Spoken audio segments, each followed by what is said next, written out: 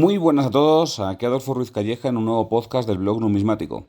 En este caso voy a mostrar una moneda de dos excelentes de los Reyes Católicos y voy a analizar un poquito la representación del poder que hay en esta moneda. Esto lo hago a partir de una moneda que va a subastar Coins Numismatic Barcelona, CNB, en una nueva subasta el día 27 de junio de 2023.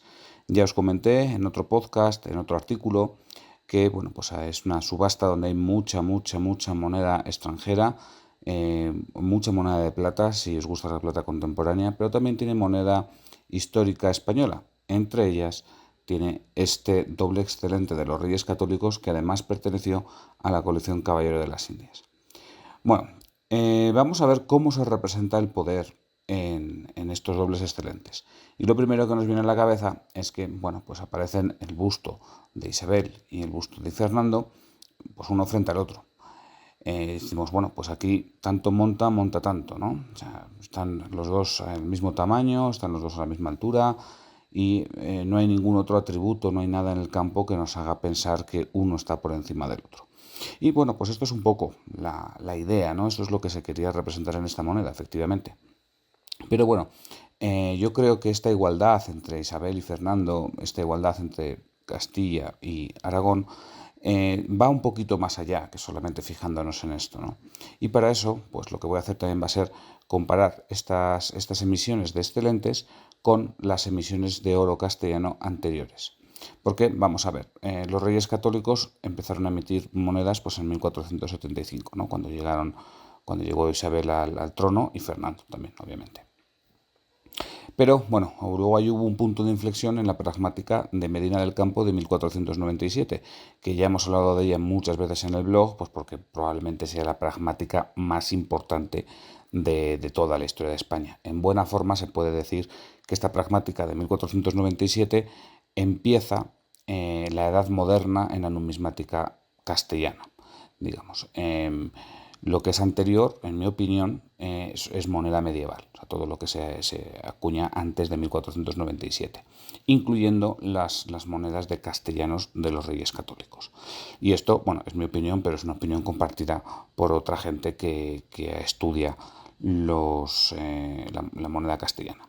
Bueno, entonces, si echamos un vistazo a los castellanos de los Reyes Católicos anteriores a la pragmática de 1497, pues lo que nos podemos encontrar es que en las monedas de un castellano y de medio castellano también aparecen en el anverso estos bustos enfrentados. Entonces, bueno, pues ahí vemos que la representación del monarca pues son iguales, ¿no? Tanto en los castellanos como después en las monedas de excelentes, en el excelente y en el doble excelente.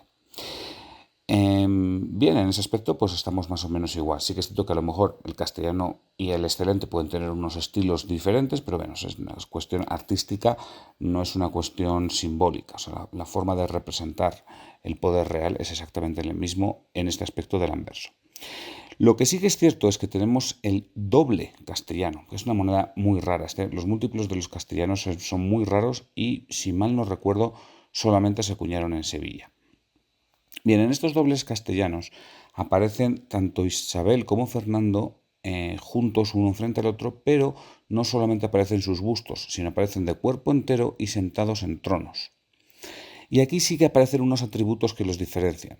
Fernando porta una espada e Isabel porta un cetro de mando. Yo aquí, bueno, pues lo interpreto como que están diciendo que es Fernando, digamos, el brazo ejecutor, es el que tiene el ejército, el que tiene, pues eso, las armas, mientras que Isabel lleva el cetro de mando y es la que lleva el gobierno. Yo eso es así como interpreto esta, que no lo he visto en ningún lado, pero vamos, me parece una interpretación bastante sensata y que ya está obvia, ¿no? Claro, esta representación de los monarcas en los tronos y con esta diferencia simbológica o simbólica, ¿no?, entre uno y otro, no aparece en los dobles excelentes. Y alguien puede decir, bueno, ya, pero es que son monedas más pequeñas los dobles excelentes. A lo mejor simplemente es que no les cabía, ¿no?, un dibujo tan complejo. Bueno, sí y no, o sea, eso es cierto. Yo creo que si les hubiesen querido hacerlo caber, pues lo hubiesen podido meter, pero también es verdad que luego los múltiplos de los dobles excelentes, como son el cuádruple excelente, incluso el 20 excelentes o hasta el 50 excelentes, ¿no? Que solamente existe un ejemplar de 50 excelentes, bueno, pues en todos estos casos aparecen los bustos de los monarcas enfrentados uno frente al otro. O sea, en ninguno de los dos casos, en ninguno de estos tres casos, ¿no? de estos múltiplos, aparecen representados en un trono o en algo así, a pesar de que en el campo cabrían perfectamente. De hecho, en el campo de un 50 excelentes hay mucho espacio vacío, o en uno de un 20 excelentes hay mucho espacio vacío, y podrían haber incluido más. Pero lo que estaban buscando era sobre todo que se representase la igualdad entre Fernando e Isabel y por ende pues también entre Aragón y Castilla. Bien, ¿qué ocurre en el reverso? Bien, en el reverso nos encontramos el escudo de los Reyes Católicos. Y esto, bueno, pues tampoco es una cosa que pueda resultar demasiado sorprendente. Bueno, aquí hay que decir una cuestión, y es que este escudo se definió en la Concordia de Segovia de 1475. Bueno, no voy a entrar en temas históricos de lo que supuso esta Concordia de Segovia, pero digamos que no era algo así como un pacto entre un matrimonio, sino era más bien una especie de pacto entre dos reinos que hasta entonces eran rivales, y decían, bueno, si vamos a juntar los reinos, o si vamos a tener un mismo monarca, a ver cómo repartimos todo esto para que nadie salga perjudicado o para vamos a llevarnos bien, digamos, eso es lo que dijeron. Entonces, bueno, se estipularon un montón de cosas y entre ellas se estipuló que las armas personales de Fernando y de Isabel iban a ser las mismas. Esto es algo que hoy en día pues, nos parece algo de lo más normal, porque siempre sabemos que los reyes católicos tenían este escudo, pero en su momento era algo totalmente novedoso pues, en toda la península, ¿no?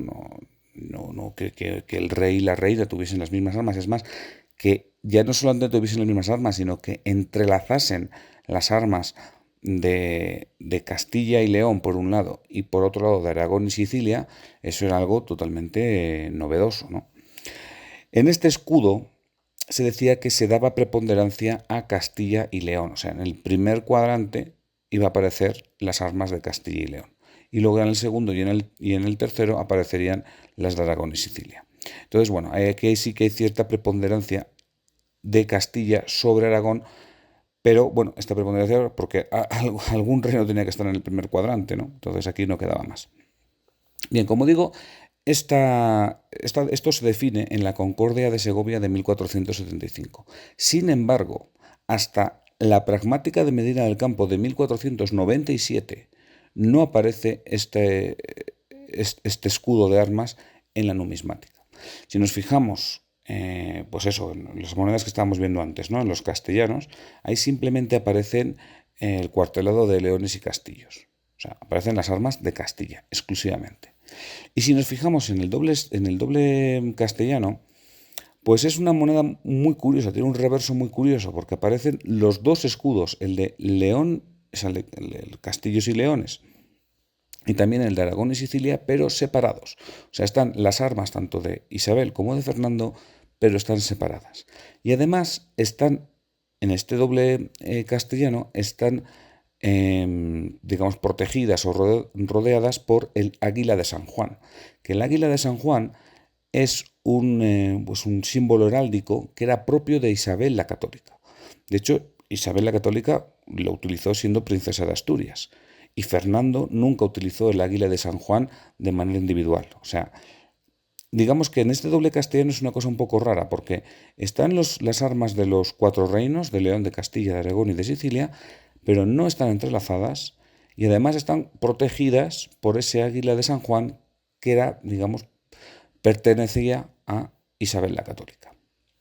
Bueno, pues eso ya no ocurre en el doble excelente. En el doble excelente aparece pues el símbolo heráldico de los Reyes Católicos, también con el águila de San Juan, pero recordamos que ese símbolo heráldico pertenecía tanto a Isabel como a Fernando, porque ambos utilizaban el mismo escudo.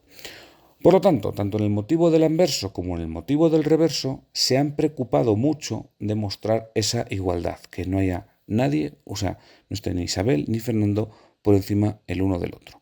Y eso es algo novedoso, es algo que, aunque en los castellanos y en los dobles castellanos también nos lo pueda parecer, cuando llega ya el excelente, repito, a partir de 1497, pues es muchísimo más claro y mucho más riguroso, digamos. Bien, ¿y qué pasa con las leyendas? Bueno, a ver, de entrada, en la leyenda del Anverso, de estos dobles excelentes, pues es que hay mil variantes.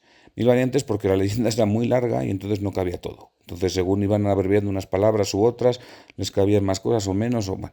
A ver, si cupiere todo, o sea, si pudiese estar escrito todo lo que debería estar, diría, lo voy a decir directamente en castellano, diría algo así como Fernando e Isabel, rey y reina de Castilla, León y Aragón, por la gracia de Dios. O sea, eso es lo que aparecería en toda la leyenda. Bien, aquí vemos que sí que hay una preponderancia de Fernando sobre Isabel, porque bueno, es que a alguien hay que citarle antes. O se le cita antes a Fernando o se le cita antes a Isabel. Y se le cita antes a Fernando. ¿Por qué? Pues de nuevo porque lo decía la Concordia de 1475. O sea, esta Concordia de Segovia decía que en los documentos oficiales primero iría el nombre del rey y después iría el nombre de la reina.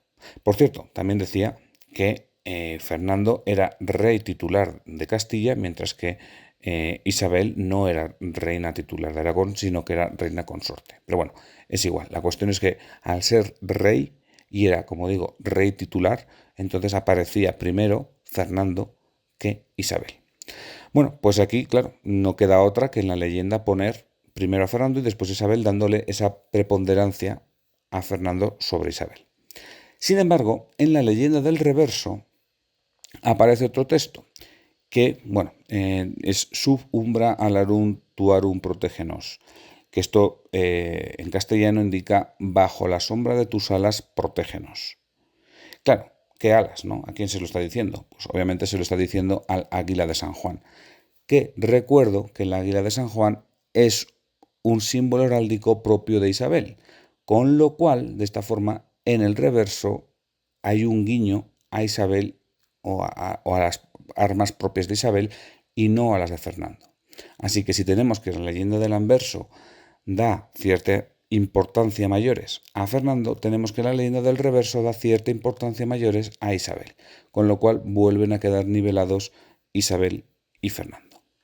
Y bueno, pues esto es, digamos, mi análisis. Esto en buena parte es una cuestión mía, un análisis propio. Puede haber otra gente que opine lo contrario, pero bueno, a mí me parece bastante sensato todo esto que estoy diciendo. Y espero que os haya gustado este podcast. Yo sin más me despido, no sin antes recordaros que podéis echar un vistazo a la subasta de Coins Numismatic Barcelona que se va a organizar el día 27 de junio de 2023 y que ahí tenéis pues monedas españolas tan interesantes como este doble excelente. Un saludo y hasta pronto.